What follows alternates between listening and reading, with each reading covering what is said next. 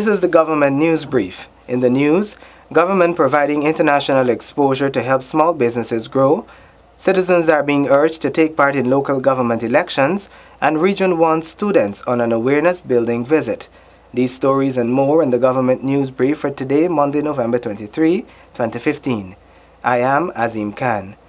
President David Granger is scheduled to head Guyana's delegation to Malta for the 24th session of the Commonwealth Heads of Government meeting, where world leaders are expected to ratify a declaration in solidarity with Guyana with regards Venezuela's claim to Guyana's Essequibo region. Shanta Gobadan reports. The declaration is one compiled by the Commonwealth Ministerial Action Group comprising foreign ministers from 9 member countries. The declaration will call for respect for Guyana's boundaries, a peaceful resolution to the border controversy, and support for the UN Secretary-General's efforts to reach an agreement. The Malta meeting runs from November 27 to 29. Minister of Foreign Affairs Carl Greenwich and Director General of the Ministry, Ambassador Audrey Waddell, will also be attending. Declaration, which was approved, and that declaration now needs or is to be presented to the heads, for the heads to consider it, and on the basis of the events that would have taken place since September and October, they will decide what to do with that declaration, whether they will have an additional one, whether they modify it, whether they strengthen it, or what have you. Following the resurgence of Venezuela's claims to Guyana's maritime border and the continued build-up of tension over the issue, the matter was brought up for discussion at the 14th Annual Commonwealth Foreign Affairs Ministers meeting in New York. This was on the sidelines of the 70th session of the United Nations General Assembly. We drew this to their attention. The Commonwealth Secretary General condemned the action. He reiterated the Commonwealth's support for the borders of Guyana, which are based upon a treaty which Venezuela itself was a party to, which Venezuela agreed to, and which Venezuela falsely tells the public that it is a treaty that is null and void. More than 54 heads of government are expected to be in attendance for the 24th session of the Commonwealth Heads of Government meeting, which will also see particular focus on small states, the contribution which Commonwealth can make to small states in diverse areas of debt, trade, climate change, technical collaboration, advocacy, creating bodies and institutions. The Commonwealth Heads of Government meeting is held every 2 years. Shanta Goberdan with this government news brief. The coalition government is determined to advance development of small and micro enterprises in Guyana through local and international exposure and allowing them to bid for contracts. The first ever Business Expo should provide small businesses the opportunity to promote their entities and develop linkages. Shanaza Low reports. Guyana's Small Business Act stipulates that 20% of all government contracts must be awarded to small businesses. One of the mechanisms being explored to ensure that small businesses can successfully secure government contracts is the Business Expo.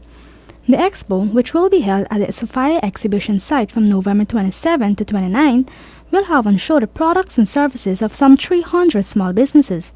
It is hoped that the Business Expo would be a stepping stone for these businesses. But the real long-term benefits are not going to be felt until we have maybe 5, 6, 7, successful events that grow, growing incrementally or even, exponentially from year to year. I think that is when you really see how powerful these sort of expos can be. If we advertise it right, if we market it right, and we get it noticed throughout the region for starters, and we make it an event that everyone in the region wants to attend, or at least in certain sectors wants to attend, that is when we'll know it's become a successful event. Business Expo is the first event of its kind that focuses specifically on small businesses. There will be a future for Gaia Expo. We have no intention of doing away with Gaia Expo. That's not being contemplated at this point. And Business Expo, like I said, the success of something like that is only really visible years down the line. So it's something we have. This is the first Business Expo. We have to do some serious analysis of the event after it has taken place to see what went right, what went wrong, how we could improve on it. Participants will benefit from training to help maximize their coverage and their capability. This is vital if these businesses are to grow and contribute to the economy. While the annual Guy Expo will not be on this year, the minister said that the government will not scrap it. It is expected that international companies would be at the Business Expo, but they would be there as investors and buyers. For the Government News, Shanaz Low. Now that the government has announced the date for local government elections, citizens are being urged to ensure that they are eligible to participate, as it will determine how their communities prosper. Paul McAdam tells us more. Guyanese are being urged to ensure that they can participate in local government elections. Since the last local government elections in 1994, there have been a number of changes to the local government system. According to Minister of Communities Ronald Balkan, local elections are about persons taking control of their villages and communities. The fact that our public places and public spaces and that the playground for our children are in many cases not present, where we can address all of these conditions and take control of our communities. So it is about the future, it's not about the past. Giving power to the people is a direction in which the coalition government is committed, as it believes that citizens should actively participate in the developmental process of their communities. It has been recognized that there is a direct link between local democracy and human development. We have to be able to participate to ensure that local democracy does not remain a concept or a construct, but that it becomes something alive, living, breathing, where it offers us an opportunity, a vehicle for transforming these conditions in our communities. The 71 democratically elected councils, which will come into being as a result of the local government elections, will bring fresh ideas, energy and enthusiasm to the management of communities. The administration has committed to provide meaningful support to the councils when they are elected so that they are equipped to effectively discharge their mandates and functions towards citizens. Although the hosting of these elections is a heavy burden which the state has to accommodate, the coalition considers it to be indispensable and an investment in deepening democracy as well as good governance. Teachers, welfare officers and the government are collaborating their efforts to address indiscipline in schools. Paul McAdam reports on how the program is unfolding.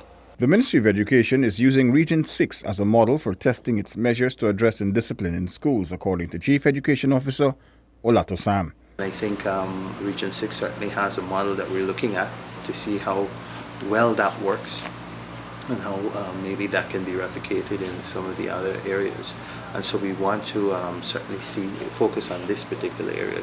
According to the Chief Education Officer, the Ministry of Education has since taken it a step forward by having the teachers play a more integral role in trying to minimize the issue of indiscipline. Teachers have been engaging in a range of alternative approaches, such as the utilization of the allied arts, music and dance, and a whole range of other therapies in helping our children adjust better in their educational environments. And I think for the most part they've been seeing some success. In addition, East Berbice Quarantine Region 6 has a core of committed welfare officers who serve the entire region. They are helping in situations that can sometimes get out of control. Still on education, students from Barometer Village in Region 1 are in Georgetown. For many, this is the first time outside of their region. The children arrived in Georgetown on Sunday. Sanika Thorne reports on what the children are doing and why they're here. Starting on Sunday and continuing through to Wednesday, 23 students from Barometer will be participating in fun and educational activities in Georgetown. The tour is designed to boost the children's self-esteem, develop their knowledge, skills, and attitude in relation to social and economic issues in Guyana. Most of the students are preparing for the National Grade 6 examination. The specific objective of this trip is for them to become more aware of their country other than where they live in, right? Become familiar with certain areas. Also, it's a fun trip, education and fun combination. And basically, it's a grade 6, but we throw in some other children. The initiative is funded by PAHU WHO in collaboration with the Ministry of Indigenous Peoples Affairs. It's good to be accompanying these children because a lot of things from Barometer has come out negative before, but we are trying to rebuild and coming out with these children, sponsored by PAHU. It's a way of building capacity. It's reflect that we got young people in the community that need attention. And PAHU commented, it looked like when you give young people an opportunity, it worked like a foundation for greater things. So coming out with them, we have our responsibility. But at the same time, it's exposing these children who have come out from the hinterland to Georgetown, some of them for the very first time. The students were also scheduled to meet with President David Granger and Minister of Education Dr. Rupert Rupnarine. They will also be visiting a number of schools around Georgetown, the Cheddi Jagan International Airport, the National Library, Parliament Building, the National Museum, the Botanical Gardens, and other public places. The students will also be participating in a workshop session where they will be educated on self-esteem and self-awareness, personal hygiene, and to stay healthy, and suicide prevention. Students will also be participating in a workshop session where they will be educated on self-awareness and self-esteem, personal hygiene, how to stay healthy, and suicide prevention. The students are accompanied by 3 parents and 2 teachers. That brings us to the end of the government news brief for Monday, November 23, 2015. Remember that all our programs can be viewed on our website. You can also find us on Facebook and on YouTube.